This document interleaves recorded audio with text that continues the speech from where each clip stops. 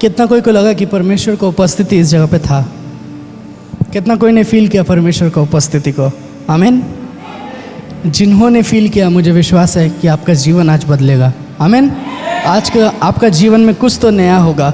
मुझे विश्वास है कि आज आप जब इस जगह में आए हैं और जब प्रोग्राम ख़त्म होगा, आप अपने आप को थोड़ा चेक करिएगा। कहीं पर ही क्या दर्द था, वो दर्द जा चुका है। आमीन। कहीं पर ही कुछ प्रॉब्लम था, क्या आपका ट्यूमर था, क्या आपका कैंसर था, वो था हो चुका है। अब आप ठीक हो चुके हैं। आमीन। हालेलुया। तो ये समय है कि हम लोग जानेंगे कि आज हम लोग इस जगह पे क्यों आए हैं, आज क्या विषय है इस जगह में आने का, आज हम लोग क्यों इस जगह पे आए हैं। हर एक कोई अपना टाइम को इस जगह पे हम लोग क्यों दे रहे हैं परमेश्वर के लिए। ये बहुत ही इम्पॉर्टेंट है कि आज हम लोग जाने कि हम लोग यहाँ पर ही क्यों आए हैं। हर एक कोई अपना बाइबल खोल ले। हालेलुया। अगर हम लोग वचन पढ़ते हैं उत्पत्ति 3:19 में, वहाँ पर ही एक बहुत अच्छा वचन है जहाँ पर ही लिखा हुआ है कि तुम तो मिट्टी से आए हो और तुम मिट्टी में ही मिल जाओगे। आमीन। आमीन। हालेलुया। हालेलुया। कितना कोई को ये चीज़ पता है कि हम तो मिट्टी से आए हैं और हम मिट्टी में ही मिलने वाले हैं? How many of you know that we came from dust and we will return to dust? और ये जो वचन है, ये पुराने नियम का कहीं ना कहीं एक श्राप था, कि एक श्राप दिया गया था कि तुम, इससे पहले मृत्यु बोल के कुछ नहीं था, लेकिन जब से आदम और हवा ने पाप कर दिया तब से मृत्यु स्टार्ट हो गया है। अब मृत्यु होगा और हम लोग दुनिया में देख पा रहे कि कितना मृत्यु हो रहा है। लेकिन मैं आज इधर पर आया हूँ आपको कुछ आशा देने के लिए, क्योंकि यहाँ पर ये वचन कहता है कि तुम तो मिट्टी से आए हो और मिट्टी में मिल जाओगे। लेकिन अगर हम लोग आगे पढ़ेंगे डैनियल का 12:2, वहाँ पर ही लिखा हुआ है कि उसी मिट्टी से मैं तुमको बाहर निकाल लूँगा। आमीन। अगर हम लोग पढ़ेंगे पहला थिस्सलुनीयंस 4:16, वहाँ पर ही लिखा हुआ है कि परमेश्वर प्रभु यीशु मसीह खुद स्वर्ग से आएगा और जो पहले मसीह में मुर्दे थे वो जी उठेंगे। आमीन। क्या सब कोई समझ रहा है? क्या सब कोई समझ रहा है? तो आज मेरा जो टॉपिक है ये है कि परमेश्वर के ऊपर भरोसा करना। हमारा जो मिनिस्ट्री का दर्शन है, यहाँ पर ही मैं आपको मिनिस्ट्री का दर्शन समझाने के लिए आया हूँ, लेकिन मेरा जो टॉपिक है वो है परमेश्वर पे भरोसा करना। अगर आप परमेश्वर पे भरोसा करते हैं तो आप कभी भी धोखा नहीं खाइएगा, लेकिन अगर आप किसी और पे भरोसा करते हैं तो गारंटी है कि आपको धोखा मिलने वाला है। गारंटी है कि आपको धोखा मिलेगा। ऐसा मेरा लाइफ में बहुत बार हुआ है कि मैंने किसी के ऊपर विश्वास किया और बाद में देखा कि वही इंसान मुझे धोखा दे रहा है। ठीक है। ऐसा बहुत बार हुआ है कि जो लोग प्रार्थना भी करते हैं वो लोग भी मुझे धोखा दिया है। ठीक है। क्योंकि इंसान है। ठीक है। और इंसान एक इंसान को धोखा दे ही सकता है, लेकिन परमेश्वर कभी भी आपको धोखा नहीं देगा। आमीन। परमेश्वर कभी भी आपको धोखा नहीं देगा।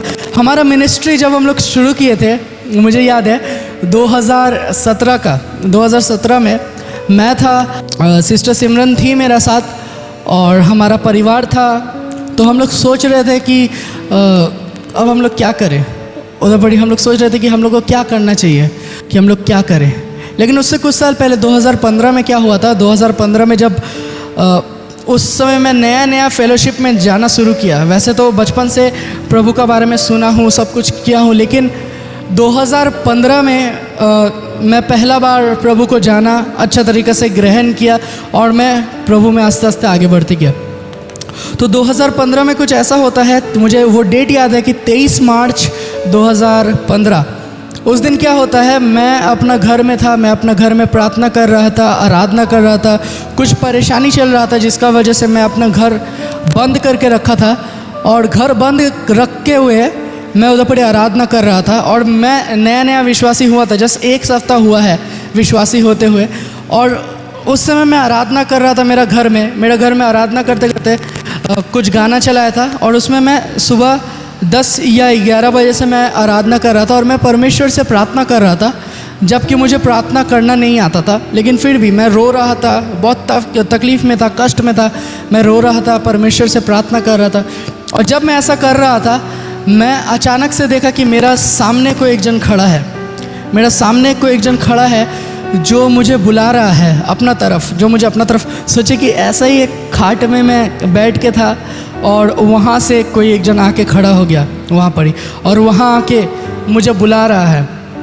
तब मैं क्या करता हूँ, अपना बेड से उतर जाता हूँ, उतर के मैं उसका पास जाता हूँ और मैं अपना घुटना में आता हूँ और मैं फील करता हूँ कि कोई मेरा सिर पे हाथ रखता है। उस समय में कोई एक जन ने मेरा सिर पे हाथ रखा और उसने मुझे बताया कि तुम्हें यीशु समाचार को प्रचार करना है पूरा जगह में, और तुम्हारे साथ बहुत कोई है, तुम्हारे साथ बहुत कोई रहने वाले हैं। आमीन। तुम्हारे साथ बहुत कोई रहेंगे, तुम्हें सुसमाचार को प्रचार करना है। तो उस समय मैंने बाइबल एक बार भी नहीं पढ़ा। वो टाइम में इंटरेस्टिंग चीज़, मैंने बाइबल पढ़ा नहीं, मुझे पता भी नहीं है कि बाइबल में क्या लिखा हुआ है। लेकिन उस दिन मैं अपना चर्च वापस जाता हूँ और वापस जाके वहाँ पर एक दीदी रहती है और मैं वो दीदी को बोलता हूँ कि दीदी हमें बाक्य देवो, प्रचार करवो, ठीक है। तो मैं बोलता हूँ कि दीदी मैं प्रचार करूँगा। तो वो दीदी बोलते हैं कि रे तुई तो इक्कुनी तो मिनिस्ट्री जॉइन करली, इक्कुनी तो चर्च आसछिस, तुई की करे प्रचार करबी, मतलब तुम तो अभी आए, एक सप्ताह हुआ तुम्हारा आते हुए, एक सप्ताह आया, घर गया, फिर आया और अभी बोल रहे हो प्रचार करेंगे। ये कैसे हो सकता है? ये इम्पॉसिबल है, तुम प्रचार नहीं कर सकते हो। अभी आस्ते आस्ते सीखो, तुम्हें सीखना पड़ेगा, तुम्हें बहुत कुछ जानना पड़ेगा, उसका बाद तुम प्रचार करोगे। लेकिन मैंने अपना घर में सुन लिया कि परमेश्वर ने मुझे बोला है कि तुम्हें प्रचार करना है। तो उसका बाद मैं वो दीदी का पास और कुछ बोला नहीं, मैं अपना पास्टर को बोला कि मुझे प्रचार करना है। तो वो भी बोल रहा था इतना जल्दी कैसे हो सकता है। लेकिन मुझे याद है ठीक 1 महीना बाद वो मुझे प्रचार करने देता है और मैं पहला दिन प्रचार करता हूँ। उस दिन मुझे याद है मैं प्रचार कर रहा था, लेकिन मुझे उतना अच्छे से तब भी बाइबल पता नहीं था, लेकिन फिर भी मैं बोल के मुझे दिया गया था, मैं प्रचार करने लगा था। वहाँ पर ही मैं प्रचार कर रहा था, मुझे पता नहीं कि मैंने क्या प्रचार किया, लेकिन उस दिन मैंने किया। और पहला दिन का प्रचार करने का बाद एक भैया आए मेरा पास, वो बोल रहे कि भाई तुम जो प्रचार किया वही चीज़ मेरे जीवन में चल रहा था। आमीन। वही चीज़ मेरा जीवन में चल रहा था। मेरा घर में इतना दिन से इतना परेशानी चल रहा था और मुझे उत्तर नहीं मिल रहा था, लेकिन अब मुझे उत्तर मिल चुका है कि मुझे क्या करना चाहिए। आमीन। तो बाइबल हमें बताता है कि हमें क्या करना चाहिए, बाइबल हमें बताता है कि हमें अपना लाइफ का क्या डिसीजन लेना चाहिए, ठीक है। तो उस दिन मुझे लगा कि हाँ सच में परमेश्वर मुझसे काम करना चाहता है, लेकिन वो चीज़ को मेरा माइंड में याद था और मैं कंटिन्यूस मिनिस्ट्री करते गया, बाइबल ट्रेनिंग लिया और बहुत कुछ मिनिस्ट्री में मैं हमेशा एक्टिव था और प्लस बाइबल ट्रेनिंग भी ले रहे थे। और उस समय क्या होता है, फिर उसका 2.5 साल बाद, 2.5 या 3 साल बाद, 2.5 साल बाद 2017 में अगस्त महीना में जब फिर से मैं प्रार्थना कर रहा था, फिर से मुझे वो दर्शन मिलता है, फिर से वो दर्शन मुझे मिलता है और वो फिर से मेरे सामने आता है और मुझे फिर से बोलता है कि तुम्हें सुसमाचार प्रचार करना है, तुम्हें सुसमाचार प्रचार करना है, तुम्हें मेरा बारे में बोलना है। और तब तक मैंने बाइबल पढ़ चुका था और अब मैं प्रभु को कहा कि हाँ प्रभु मैं सुसमाचार प्रचार करूँगा, मैं तुम्हारे लिए कुछ करूँगा।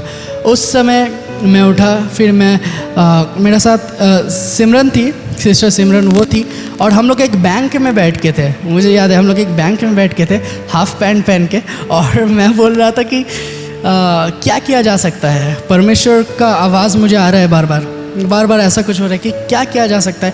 तो वो बोला कि हमारा इधर पर कहीं प्रार्थना होता है, चलो हम उधर नहीं, हम बोल रहे थे उसको कि यहाँ पर कुछ प्रार्थना चलता है तो हम लोग उधर जाते हैं, उधर मिलके हम लोग प्रार्थना करेंगे, या वहाँ चलते हैं वहाँ मिलके हम लोग प्रार्थना करेंगे। फिर वो बोला कि हम लोग क्यों ना और ज़्यादा प्रार्थना करता, देखते कि परमेश्वर क्या चाहता है हम लोग से। फिर जब हम लोग ने प्रार्थना किया, हमें पता चला कि परमेश्वर चाहता है कि हम लोग कुछ एक करें। परमेश्वर चाहता है कि हम लोग एक मंडली रेडी करें, एक मंडली उठाए और वो मंडली के द्वारा बहुत सारा इंसान प्रभु को जाने। आमीन। इसीलिए हमारा दर्शन कुछ अलग है। हमारा मिनिस्ट्री का आज तक हमने नाम नहीं दिया। आप लोग सुनते हैं ना GTN मिनिस्ट्री, आप लोग सुनते हैं gospel to the nation ministry, लेकिन ये गॉस्पेल टू द नेशन हमारा मिनिस्ट्री का नाम नहीं है। ये हमारा दर्शन है कि गॉस्पेल टू द नेशन मतलब हर एक नेशन में, हर एक राज्य, हर एक जाति, हर एक जगह में हम लोग सुसमाचार को सुनाएं। आमीन। हर एक जगह में परमेश्वर का बारे में प्रचार करें, हर एक जगह जाके सिर्फ प्रचार ना करें, लेकिन वहाँ से हम लोग इंसानों को तैयार करें। आमीन।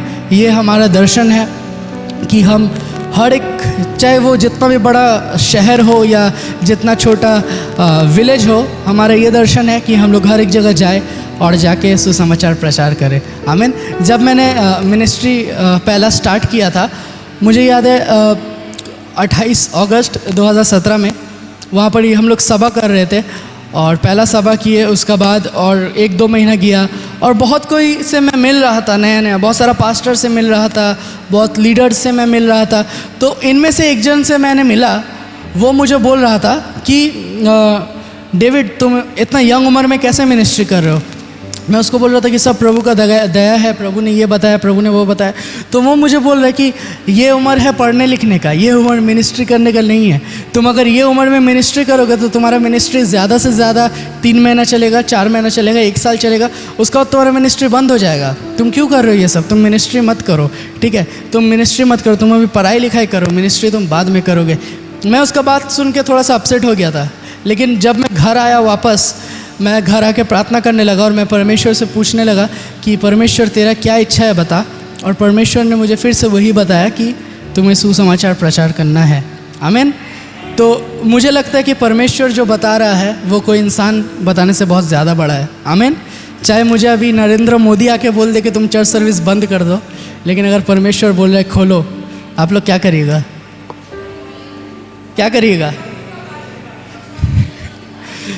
पूरा इंडिया हमारा मिनिस्टर का बात सुन रहा है, आमीन, कि बंद कर दो। कहीं ना कहीं वो गलत भी नहीं है, क्योंकि कांग्रेगेशन अलाउ नहीं कर सकते हैं। लेकिन मैं एक बार फेसबुक में एक पोस्ट छोड़ा था कि जब एरोप्लेन में इतना भीड़ हो रहा है, बस में इतना भीड़ हो रहा है, तो चर्च में क्यों नहीं? आमीन। तो चर्च में क्यों नहीं?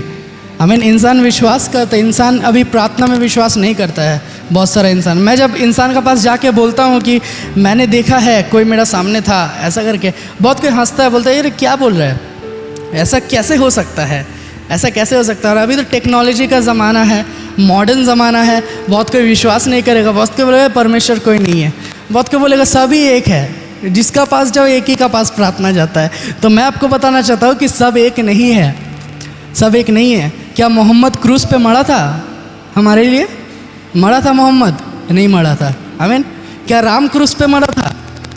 नहीं मरा था। क्या शिव मरा था क्रूस पे हमारे लिए और जी उठा था?